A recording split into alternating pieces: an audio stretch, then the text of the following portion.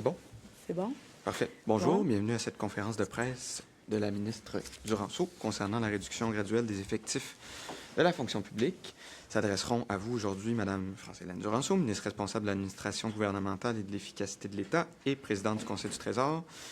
Seront également disponibles Daniel Quentin, secrétaire au Conseil du Trésor, et Philippe Matteau, secrétaire associé également au Conseil du Trésor. Madame Duranceau, je vous laisse la parole. Merci. Alors, merci d'être là ce matin.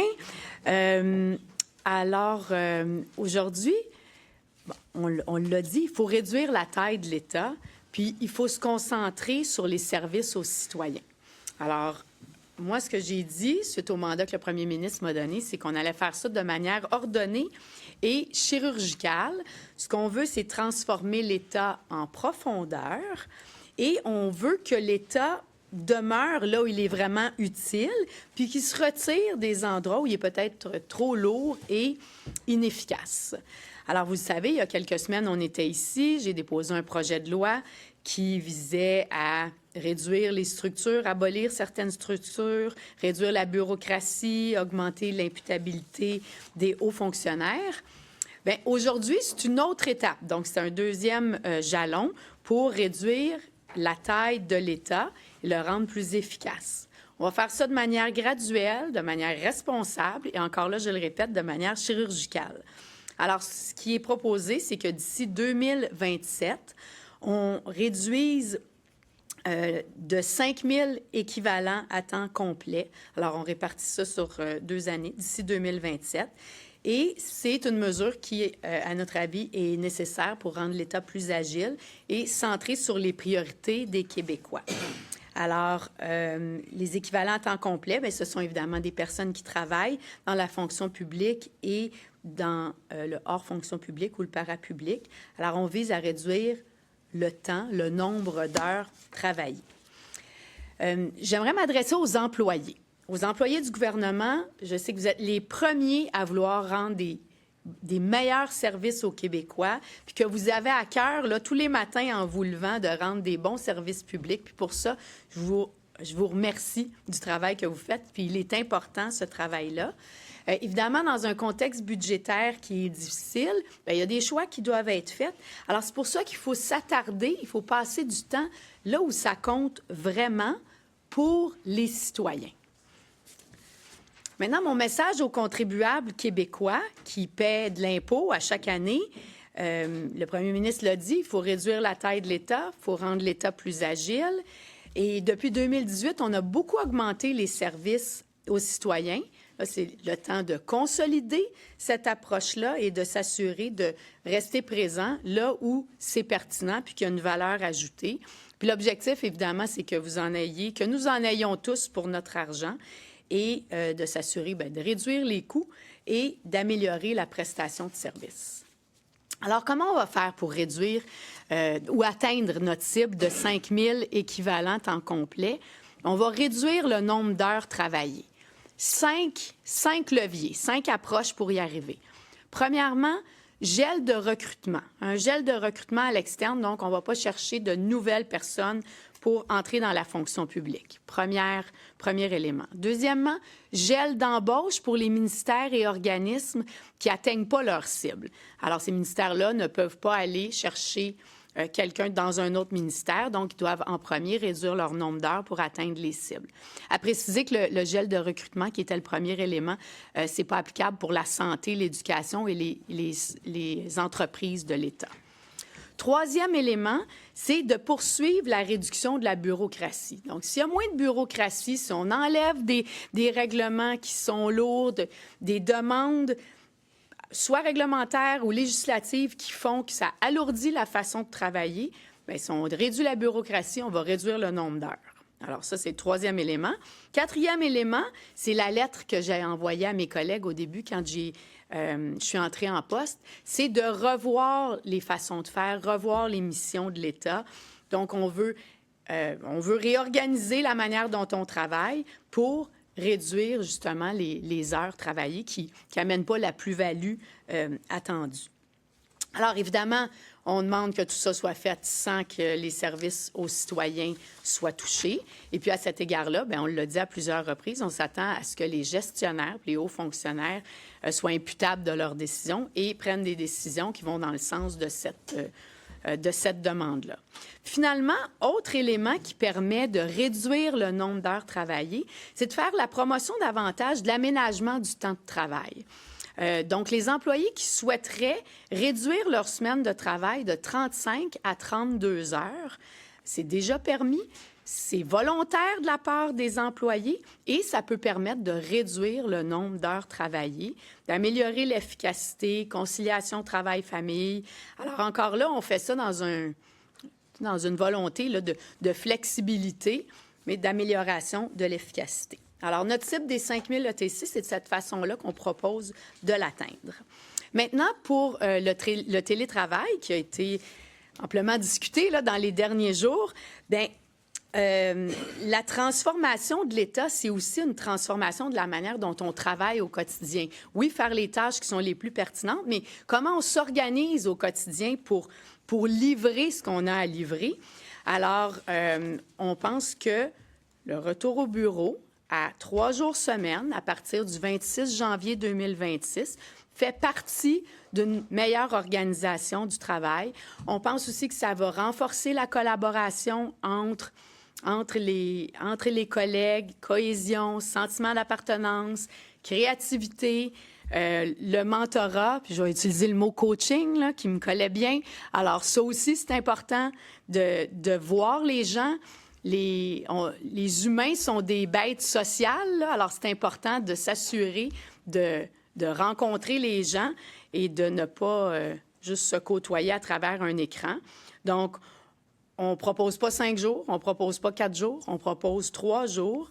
C'est dans la mouvance de ce qu'on voit aussi au fédéral, en Alberta, qui est à 5 jours, en Ontario, qui est à 5 jours, les banques qui sont à 4 jours. Alors, flexibilité, on maintient l'équilibre pour permettre une conciliation travail-famille qui est cohérente, puis on maintient l'approche hybride. Alors, je pense que c'est équilibré.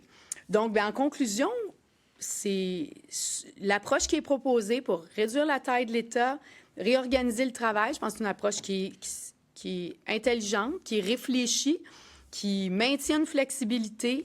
Encore là, il n'y a pas de tronçonneuse, il n'y a pas de coupe paramétrique, c'est pas ça. C'est d'y aller chirurgicalement, de se poser les bonnes questions. On a-t-il encore besoin de faire telle ou telle tâche? Comment on peut réduire le temps passé sur des éléments qui ne donnent pas pleinement une valeur ajoutée aux citoyens?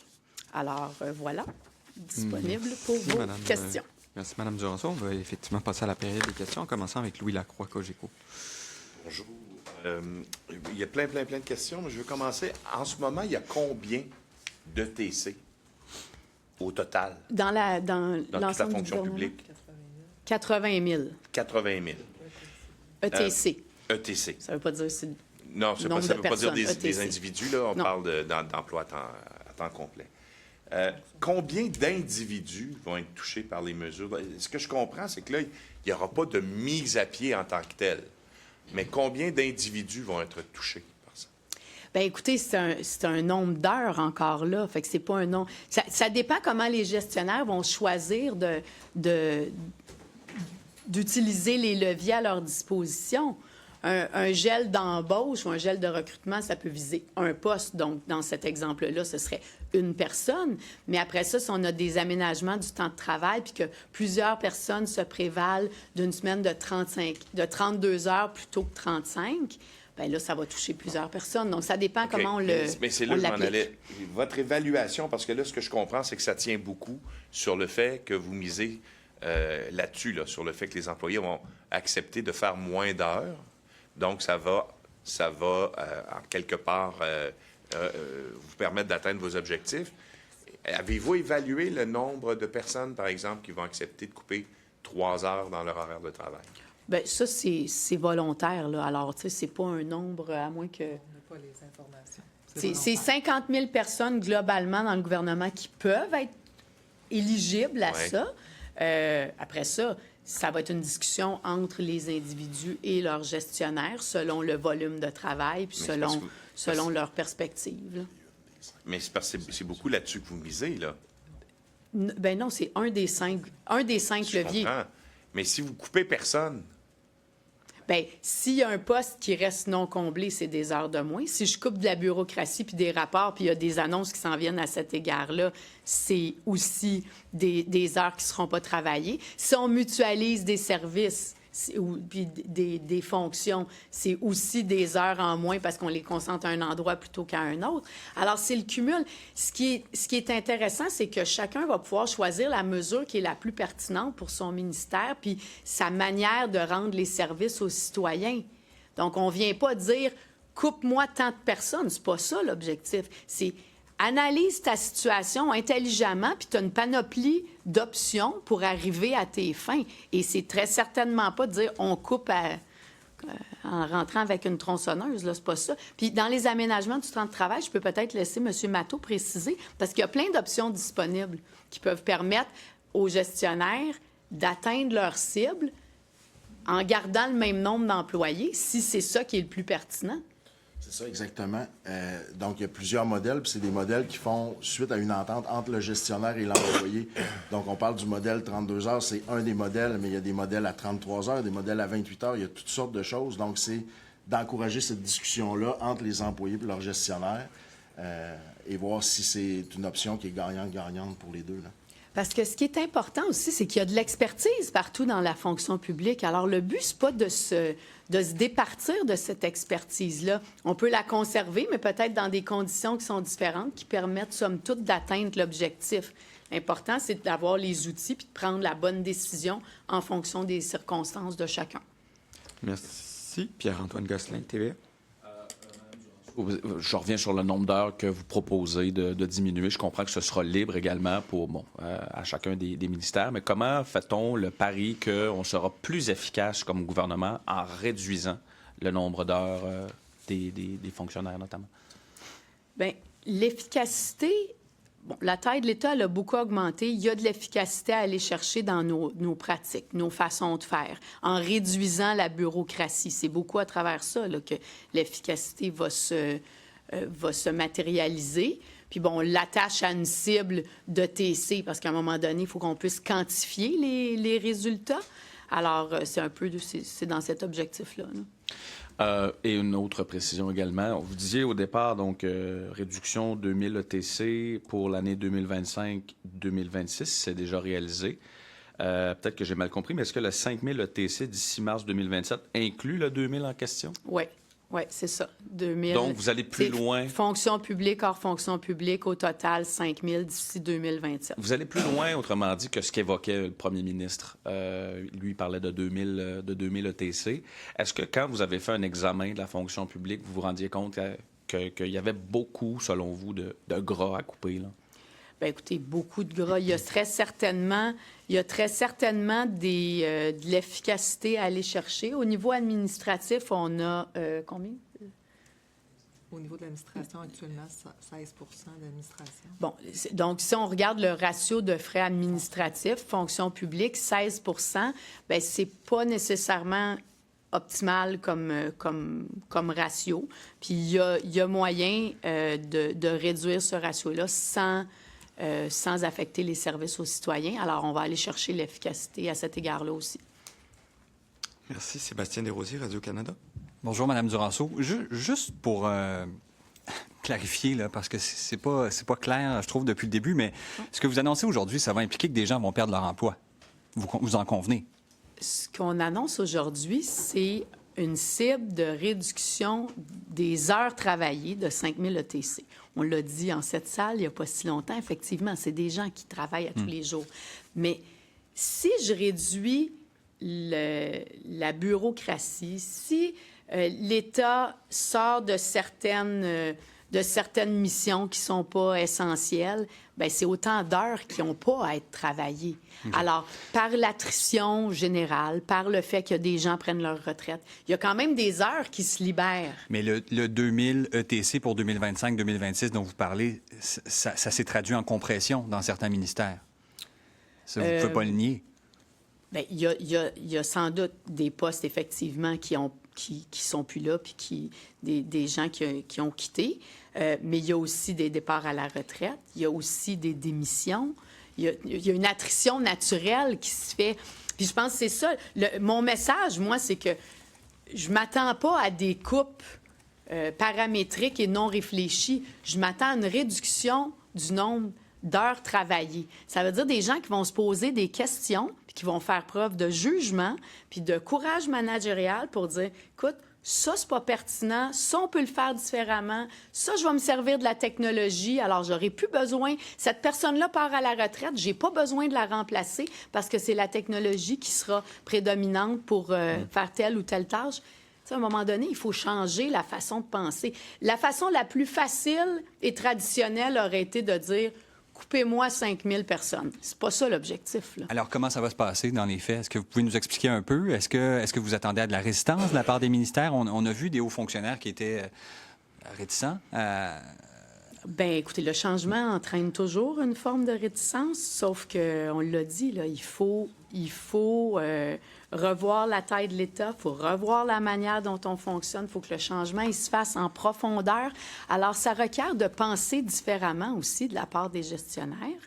Donc, on s'attend à ce que ces gens-là, qui sont dans des postes de gestion et qui ont des responsabilités à cet égard-là, bien, qu'ils endossent puis qui travaillent dans la même direction que nous tous, là. J'ai pas inventé ça toute seule. J'ai travaillé de concert avec mes collègues au secrétariat du Conseil du Trésor. Puis, si on veut arriver à changer l'État, il faut changer nos façons de faire.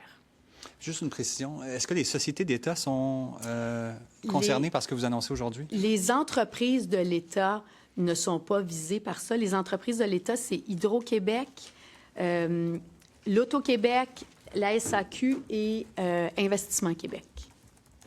Donc, celles qui génèrent des revenus ne sont pas visées par le gel d'embauche. Mais la SAC, par exemple. Et les réseaux. Donc, Juste pour précision, la SAC, oui, par ça, exemple, serait oui, visée, effectivement. Donc, sociétés d'État qui sont autofinancées, disons, là, par leur génération de revenus, seraient pas visées. Ne sont pas visées. Ni les réseaux. Effectivement, parce que dans le réseau de l'éducation, ils sont là, 5 jours semaine, puis dans le réseau de la santé aussi, là. Merci. Isabelle Portant, Le Devoir. Oui, bonjour. Juste pour clarifier, parce que dans le fond, gel de recrutement, la réduction de la bureaucratie, gel d'embauche, c'est toutes des choses qui avaient déjà été annoncées. Donc là, en plus de la réduction de la semaine de travail, il y a l'analyse approfondie des missions de l'État qui s'ajoute? Ça continue. Ça découle la lettre là, que j'ai envoyée en rentrant en poste. Ça, OK. Évidemment, c'est pas en quelques jours là, que les missions peuvent être revues, mais ça fait partie intégrante de la transformation de l'État. Réduction de la bureaucratie. On va avoir d'autres annonces prochainement sur le nombre de rapports qui sont abolis. Puis, il y a mon collègue aussi, Samuel Poulain, qui travaille sur des allègements réglementaires. Alors, tout ça vient réduire les heures travaillées, ultimement, et de mettre davantage de l'avant tout ce qui est aménagement du temps de travail, quand c'est pertinent, puis que ça sert bien les intérêts d'un ministère, puis en préservant, évidemment, les services aux citoyens. Donc, ce qui s'ajoute à ce qui avait déjà été annoncé, c'est seulement le 32 heures. C'est la nouvelle affaire. Qui était pas dans... Parce que dans les 2000 qui ont déjà été coupés, il n'y a pas de 32 heures. C'est juste les autres stratégies, c'est ça? C'est les autres stratégies, c'est les démissions, c'est les départs à la retraite. À noter que le 32 heures, c'est un des 5 aménagements de... 5 ou 13? Oui, plus 13. OK. Aménagement du temps de travail. Ça existe déjà. C'est déjà dans les conventions collectives, mais peut-être pas utilisé comme un outil pour atteindre une cible de TC. Alors là, encore une fois, c'est volontaire, c'est prévu, mais c'est une discussion qui peut être envisagée entre un gestionnaire puis certains de ses employés pour préserver l'expertise, pour donc en gardant les gens, mais en réduisant le nombre d'heures. Ça fait partie des outils dans le coffre à outils. OK. Mais de toutes ces mesures-là, jusqu'à présent, là, de ce que vous avez observé, qu'est-ce qui est qui a le plus d'impact, dans le fond? Puis est-ce que vous pouvez nous donner un peu une idée de la contribution de chacun des volets à l'atteindre la cible? Tu sais, vous avez dû faire des estimés là, pour nous arriver avec le 5 000. Donc, est-ce que c'est possible d'avoir un peu de détails là, sur ben, dans le 2000, il y avait quoi? Puis comment est-ce que vous voyez ça pour le 5 000, le 3 000 de plus? Oui. Pour 26-27, on veut y aller par attrition naturelle et réorganisation des façons de faire. Donc, on sait qu'en moyenne, 2000 personnes quittent pour la retraite ou démissionnent. Donc, on va profiter de ces départs-là le plus possible pour réorganiser nos façons de faire. La réorganisation a déjà été annoncée à la stratégie de gestion de dépenses 2025-2026 au dernier budget. Donc, il y a des réflexions qui sont en cours, il y a des plans qui vont être produits et des mesures vont être déployées qui vont être annoncées ultérieurement. OK. Je m'excuse d'insister. C'est juste que les départs à la retraite, il y en a toujours. Là, ce que j'essaie de voir, c'est le gel de recrutement puis le gel d'embauche. Tu sais, dans les 2000, c'est pas des départs à la retraite. Là. Mais si on faisait rien, il y en a des départs à la retraite. Peut-être on pourrait C'est l'atteindre, ça. le 2000. C'est ça. Sauf qu'on ne changera pas nos façons de faire. On va pas... puis s'il n'y a pas de gel de recrutement puis de gel d'embauche, tu as du monde qui part, puis tout de suite, tu rentres du nouveau monde. Ça. Tu t'es pas posé de questions OK. sur « Je peux-tu faire les choses différemment? J'ai-tu encore besoin de faire ça? » Alors, ça induit aussi une façon de gérer puis de réfléchir qui est différente puis qu'il faut qu'il perdure dans le temps. C'est pas cette année, on coupe ça, puis après ça, notre job va être fait. C'est pas ça l'idée. C'est on réfléchit puis on gère différemment puis on a plein d'outils pour arriver à des cibles. Caroline. 5 000 ETC, ça représente combien sur la masse salariale? Est-ce qu'on a une idée du montant que ça va permettre d'économiser? On disait, dans la fonction publique, le 2000, c'est environ 150 millions. Donc, si on double dans la fonction publique, on est à 300. Si on ajoute le 500, là, je vous dirais au total tout, 375 millions. Ça, c'est pour le 5 000. Pour le 5 000, près. oui. Caroline Plante, la presse canadienne. Madame Duranceau, ma question, elle est un petit peu dans le même sens, c'est-à-dire, vous parlez d'une attrition naturelle, donc bon an, mal an, il y a combien de postes comme ça qui sont abolis naturellement, sans que vous ayez à faire quoi que ce soit? Qu'on a... C'est dans les autres 1700 s'il n'y a rien qui est fait, mais ces gens-là sont remplacés en continu. Là, ce qu'on dit, c'est qu'on remplace pas. On remplace pas de la même façon. On se questionne sur la nécessité de devoir remplacer, OK. sauf exception. Ouais. Vous avez dit 2000, Mme Quentin, tout à l'heure, à peu près Ben, 2000 par année, 1700, c'est ça? 2000, OK, non, mais c'est on est bon. dans les mêmes eaux. Ouais. Oui. OK, donc à tous les ans, il y a à peu près 1700, 2000 postes qui, de toute façon, disparaissent. OK. Ben, disparaissent, c'est des gens qui quittent. Des fois, sont remplacés, mais là, avec le gel de recrutement et le gel d'embauche, on vient limiter. Si on veut se réorganiser, ça nous prend une assise avec... faut faire un moins pour replacer les gens au bon endroit. Je pense que ça force à se questionner sur, OK, tel type de poste est non comblé, puis visait tel ou tel service. Est-ce que c'est encore de ça que j'ai besoin aujourd'hui, avec la transformation numérique, avec les besoins qui ont évolué? Donc, ça force une réflexion chez les gestionnaires. Puis l'autre chose aussi, on a parlé d'imputabilité des hauts fonctionnaires. Quand tu ne peux plus réengager puis remplacer automatiquement, s'il y a des gens dans l'équipe qui n'ont pas un niveau de performance qui est adéquat, tu es obligé de le gérer, ce cas-là, puis de faire les évaluations qui s'imposent pour que cette personne-là, si elle ne livre pas, bien qu'elle soit remise, que le dossier soit révisé, puis... Mais si les gestionnaires estiment que tous ces postes-là sont encore nécessaires et doivent être remplacés, c'est correct. Donc, ça va être à leur discrétion, ça va être vous fiez sur leur jugement pour dire ça, j'ai plus besoin de ça, mais ça, j'ai besoin de ça. Mais si s'ils disent que tous ces postes-là sont encore nécessaires, vous les gardez? Dans le fond, là, à un moment donné, on suffit. Il y a des sous-ministres, il y a des hauts dirigeants partout. Si eux considèrent que c'est nécessaire puis qu'ils ont tout fait ce qu'ils avaient à faire, bien, ils vont avoir démontré qu'ils ne peuvent pas faire autrement. C'est correct, on va se fier là-dessus. Mais il y a une cible globale pour l'ensemble du gouvernement, répartie entre les ministères. Puis, il y aura des conversations à ce moment-là avec le Trésor pour voir si ça a du bon sens de continuer de cette façon-là ou pas. Mais il n'y a pas de garantie que la cible va être atteinte. Oui, mais il y a du travail à faire un peu partout, là. Alors, moi, je pense que, premièrement, ce qu'on démontre, c'est que le chiffre de 5 000, il n'est pas inatteignable, juste considérant les mouvements naturels. Après ça, on dit, bien, on amène ça un petit peu plus loin en se questionnant davantage sur les tâches qui doivent continuer d'être faites ou comment on les fait. Et puis, après ça, si quelqu'un dit, écoute, moi, j'ai fait vraiment le tour, ça ne fonctionnera plus, bien là, il y a du monde intelligent là, autour de la table qui vont avoir des conversations, puis on va s'ajuster, là. Puis dernière question, si vous me permettez, sur le retour au bureau, est-ce que il va y avoir des discussions avec les syndicats, une négociation, ou c'est vraiment une décision finale, retour au bureau 3 jours, c'est final? Bien, il y a eu des conversations, mais peut-être je laisserai M. Matteau sur cette question-là, puisque... Oui, donc effectivement, il y a des discussions depuis longtemps sur la question du télétravail. Vous ne serez pas surpris. Mais ce matin, on a lancé la consultation en bonne et due forme avec nos partenaires syndicaux en les avisant des changements qui sont envisagés, en leur donnant un délai pour nous faire part de leurs commentaires avant la publication d'une nouvelle politique cadre. Donc, les échanges ont commencé ce matin. Merci. Oui, une petite précision. Sur les 375 millions, vous parliez de la masse salariale tout à l'heure des 5 000 ETC. Est-ce que, ultimement, donc d'ici 2027, avec toutes les mesures que vous annoncez et celles que vous aviez annoncées antérieurement, est-ce que c'est-tu une économie de 375 millions pour l'État d'ici 2027 ou c'est plus que ça? Ça représente quoi?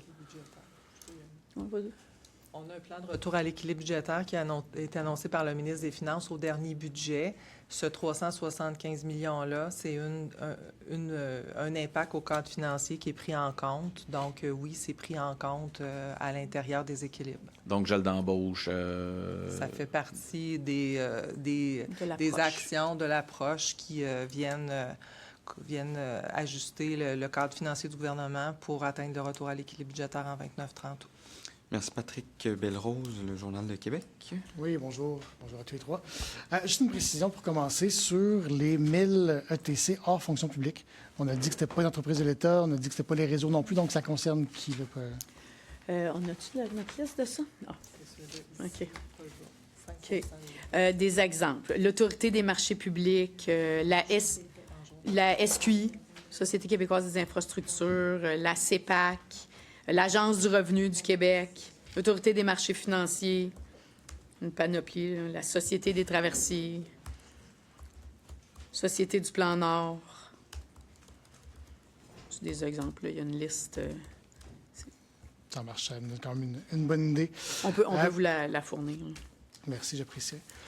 Sur le retour des fonctionnaires au bureau, 3 jours semaine, donc vous avez vanté là, un peu les mérites, mais j'étais curieux de voir, est-ce que vous avez observé, disons, des problèmes avec le fait de travailler seulement 2 jours semaine? Est-ce qu'il y a eu une baisse de productivité? Est-ce qu'il y avait un impact sur l'économie locale, par exemple? Bien, je pourrais laisser mes collègues commenter, mais je pense que c'est important de dire qu'il y a 35 des employés dans la fonction publique qui ont moins de 5 années d'ancienneté. Alors, je pense que c'est important à un moment donné pour s'imprégner de la culture, pour apprendre des autres, d'être là, de les voir, pas à travers un écran, mais prendre un café puis de jaser au bureau, de sentir que c'est facile de parler à Philippe Matteau ou à Daniel Quentin parce que tu as eu un contact humain. Alors, il y a ce volet-là là, qu'on veut mettre de l'avant, puis je pense qu'on n'est pas les premiers à le souligner. Madame Quentin a des chiffres à vous donner. Oui, bien, c'est certain qu'il y a le travail d'équipe qui est favorisé, il y a la collaboration et tout ce que Mme Duranceau vient de mentionner. Mais quand on a fait le bilan de la politique cadre, on était avec des données 2022-2023. Depuis, on a des nouvelles informations concernant notamment les personnes qui sont absentes du travail. Donc, il y a eu une grande croissance de ce groupe de personnes-là. Il y a une augmentation de 24 des personnes depuis qu'on a fait le bilan. Ça veut dire que 4300 quelques personnes à tous les jours ne se présentent pas au travail pour cause de maladie. Et si on parle de chiffres, c'est 238 millions que ça représente annuellement. Donc, l'absentéisme, c'est pour diverses raisons. mais on sent avec des tendances, des analyses, puis en discutant avec d'autres administrations, que l'effet télétravail est un des éléments là, qui pourrait être porté de l'absence, on appelle ça La fatigue la numérique. fatigue numérique et tout ça.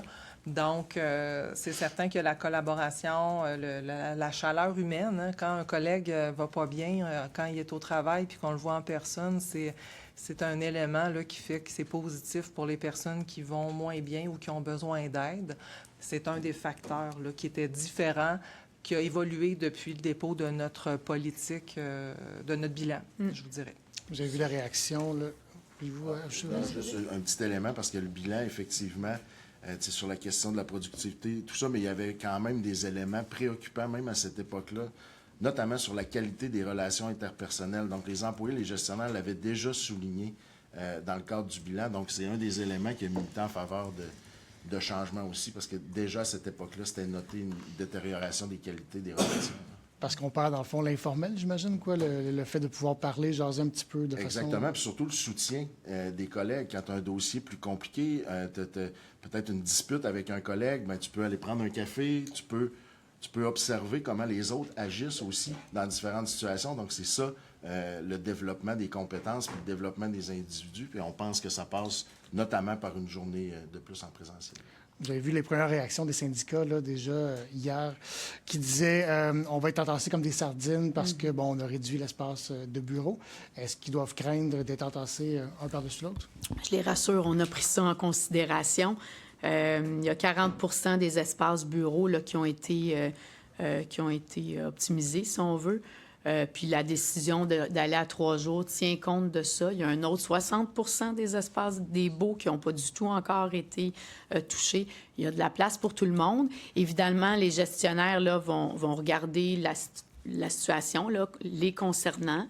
Ça ne veut pas dire que tout le monde est au bureau les mêmes jours non plus. Hein? On peut 3 jours, lisser. il y a un chevauchement. Oui, il y a un chevauchement, mais les réaménagements là, tenaient compte d'une capacité d'accueil là, de cet ordre-là. Puis c'est pour ça qu'on est allé à 3 et non à 5. Là. Merci. Merci. Fanny Lévesque, la presse, on reviendra pour les précisions par la suite, ça va? OK, bonjour.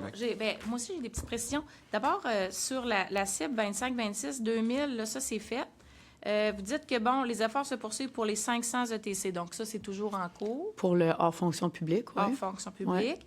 Il y avait des articles qui disaient là, que pour l'année, en fait, en cours, on était déjà dépassé 2000 ETC. Est-ce que vous avez donc réduit de 2000 et même plus à ce stade-ci?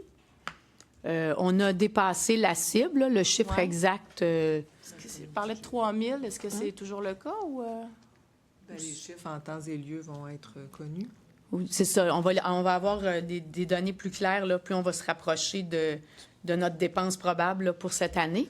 Mais bref, le travail pour 25-26 dans la fonction publique, on a atteint la cible. Puis après, mais il y a encore du travail à faire du côté hors fonction publique. OK. Est-ce que donc, parce que c'est ça, le premier ministre avait demandé 2000 ETC. Donc, est-ce que c'est votre décision est-ce que vous voulez comme faire un tour de route plus? Est-ce que c'est à la lumière de vos constats? Vous avez dit il y a encore de la place. Comment vous expliquez que la cible soit maintenant 5 000? Bien, il y a encore de la place. Là, on en a parlé. C'est pas une décision unilatérale, c'est une décision qui est réaliste du point de vue aussi de l'administration publique, puis de mes collègues au secrétariat du Conseil du Trésor. Il y a de la place, il y a de l'efficacité. C'est pas vrai que notre État est pleinement efficace en ce moment. Puis, comme je vous disais, on peut se donner des objectifs de réduire les rapports, de revoir notre façon de faire, mais ultimement, tu calcules l'efficacité de ça en ETC. C'est l'élément mesurable pour pouvoir déterminer si oui ou non tu avances à quelque chose dans ton projet d'efficacité. Là. Puis on comprend bien la nuance, là, ETC, puis bon, les départs retraite, tout ça, mais est-ce que vous pouvez garantir aujourd'hui qu'il n'y a personne qui va perdre son emploi? Bien, je ne peux pas garantir ça. Là. Les heures travaillées, on le sait, c'est des gens qui les travaillent. Maintenant, ce que je peux garantir, c'est que cet exercice-là, il se fait de manière chirurgicale, rigoureuse. On réfléchit. C'est quoi la meilleure manière de garder les bons talents, de garder l'expertise? C'est ça les questions qui se posent, plutôt que de juste dire « faut que je coupe, je coupe ». Là, on a une panoplie d'outils qui nous permettent d'être intelligents dans la façon de l'aborder, puis de transformer en profondeur la manière dont l'État aborde ces questions-là. OK. Puis juste une petite dernière. Vous avez parlé tantôt, Mme Quentin, de 16 d'administratif. Pouvez-vous juste remettre ça en contexte? Ça, c'est dans la fonction publique en ce moment? Oui, dans la fonction publique, ce sont les services de ressources humaines, les finances, les technologies de l'information, On peut dire ressources comme matérielles et 16 contrats. des activités de la fonction publique sont de nature administrative en ce moment? Approximativement, je vous dirais, c'est un ordre de grandeur. OK. Parce que c'est souvent là où on coupe en premier. Là. Donc, la cible, ça serait de ramener ça à quoi? Qu'on optimise. On est en train de regarder en optimisant la façon qu'on pourrait déployer les services de manière plus efficace et d'assurer, évidemment, avec l'optimisation. Donc, les travaux sont en cours pour préciser ces chiffres-là. Un bon ratio, là, vous disiez tout à l'heure, c'est pas un bon ratio. L'avez-vous, le bon ratio? Bien, écoutez, l'administration publique, je vous dirais, c'est un pourcentage qu'on veut. On veut y aller par jalon, donc c'est peut-être pas d'atteindre la cible ultime, mais d'y aller par étapes. Donc, avec les plans qu'on fait, là, je ne suis pas en mesure aujourd'hui de vous dire jusqu'à combien, mais les plans vont nous permettre d'atteindre une efficience là, au niveau des services administratifs. On l'a vu avec le projet de loi 7, de la mutualisation de services administratifs qui est commencée. Mais c'est ces réflexions-là qui se poursuivent à l'intérieur des ministères et des organismes. Merci. Juliette Nadeau-Besse, Le Soleil. Vous nous disiez les 2000 nouveaux ETC qui vont être à couper.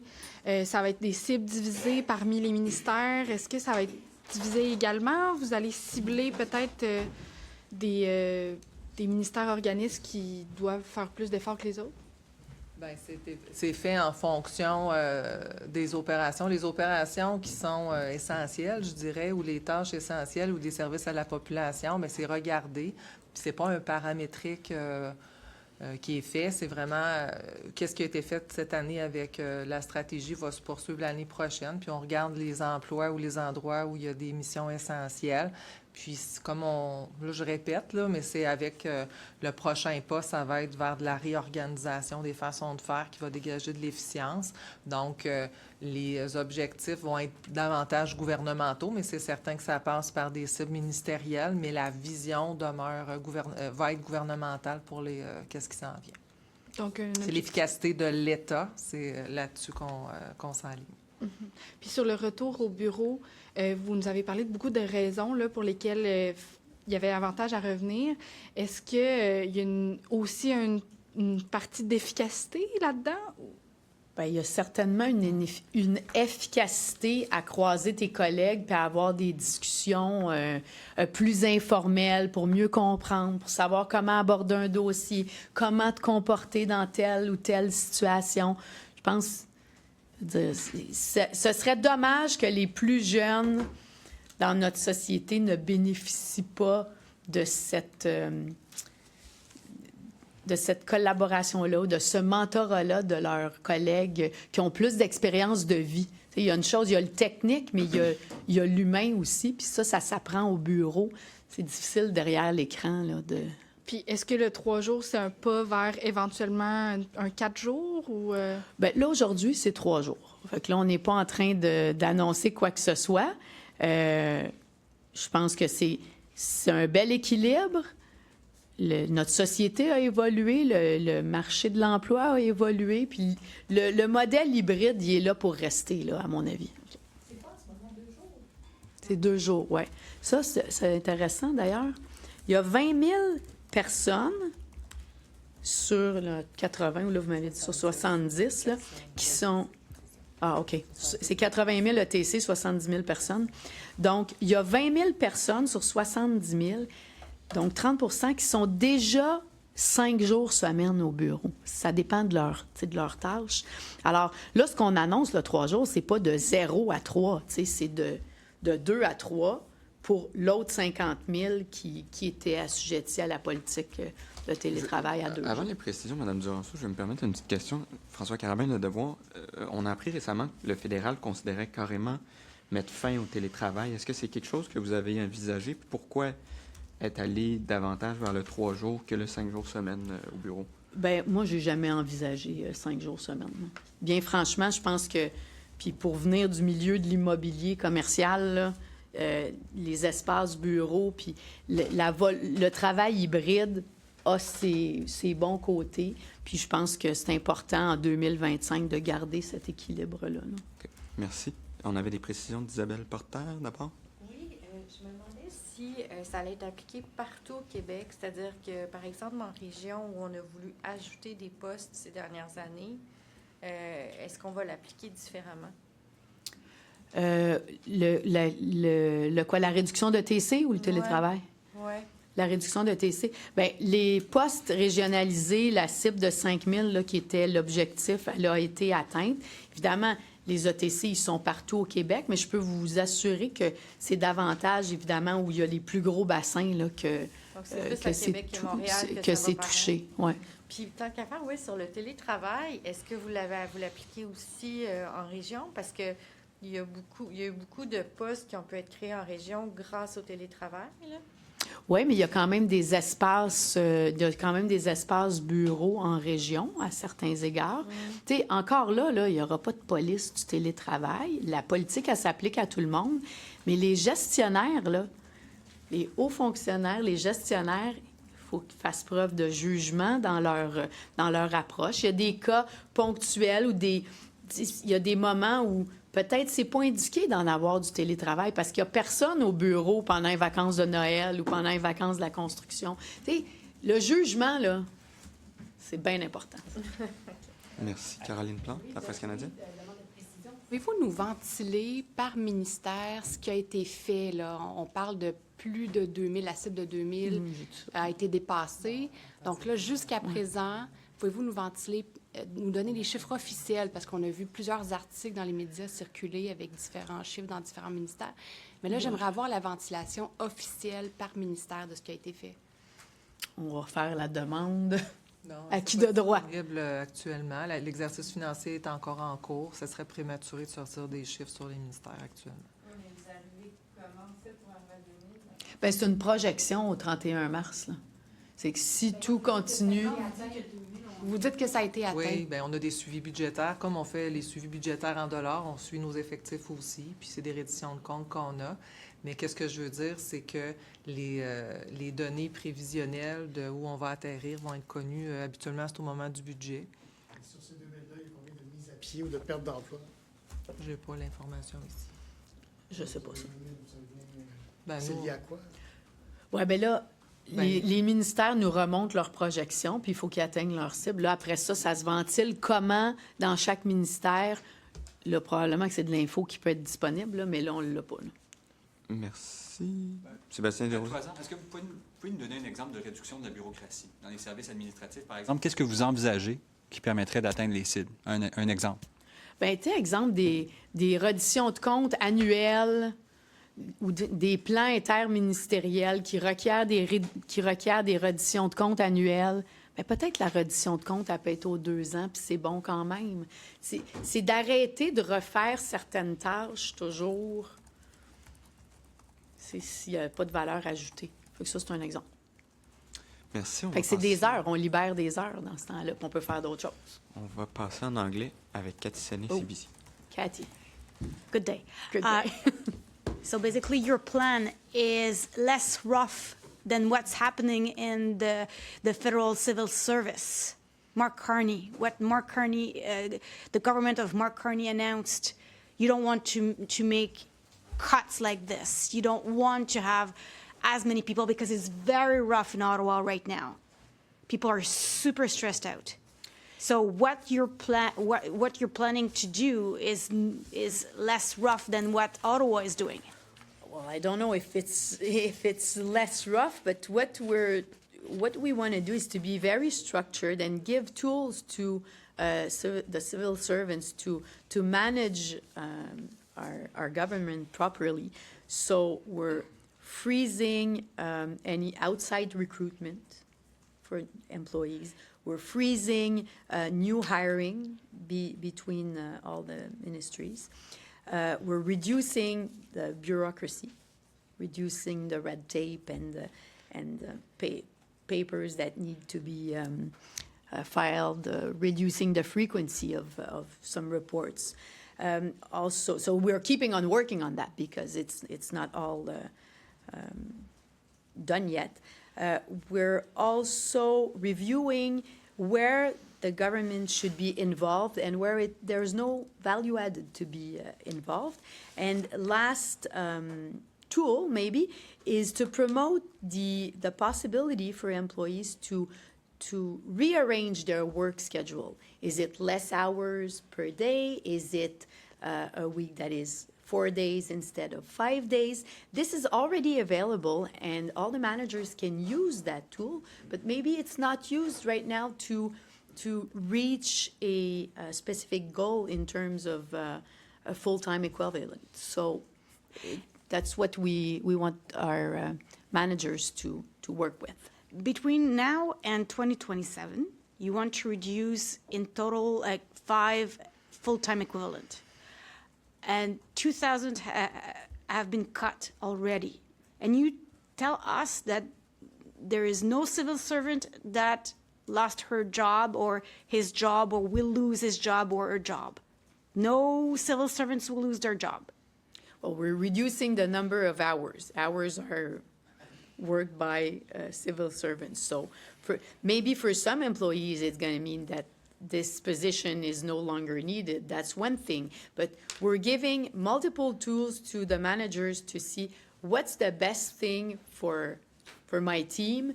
I need to keep the expertise, so maybe I keep the expertise, but that person's going to work a little less hours if it's what that person wishes for. And so just to be intelligent in the way we do things. Cutting people is just the old way of doing things. But thinking about the best way to manage the team, the best way to use their time, stop doing things that don't bring any value. It's a new way of, well, I don't know if it's a new way, but that's what I propose and suggest and wish that people are going to There have been so many articles, Minister Duranceau, about the number of cuts in different ministries.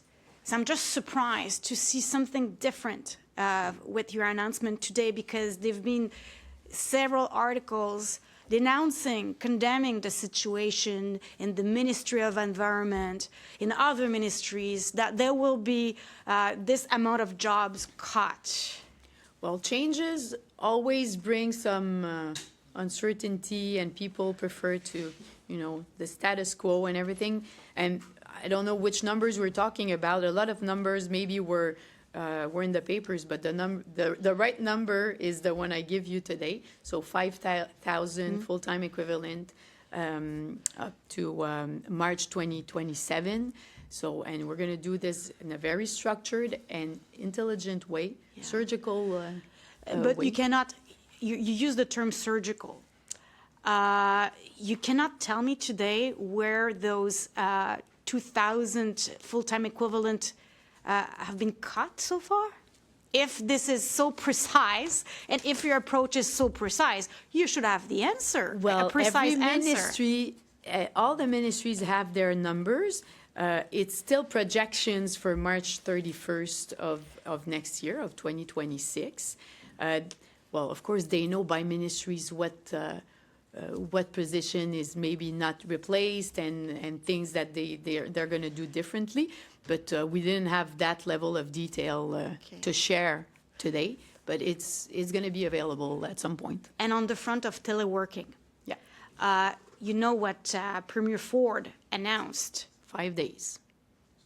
Ottawa as well. You don't want to go See there. how flexible I am? And open-minded?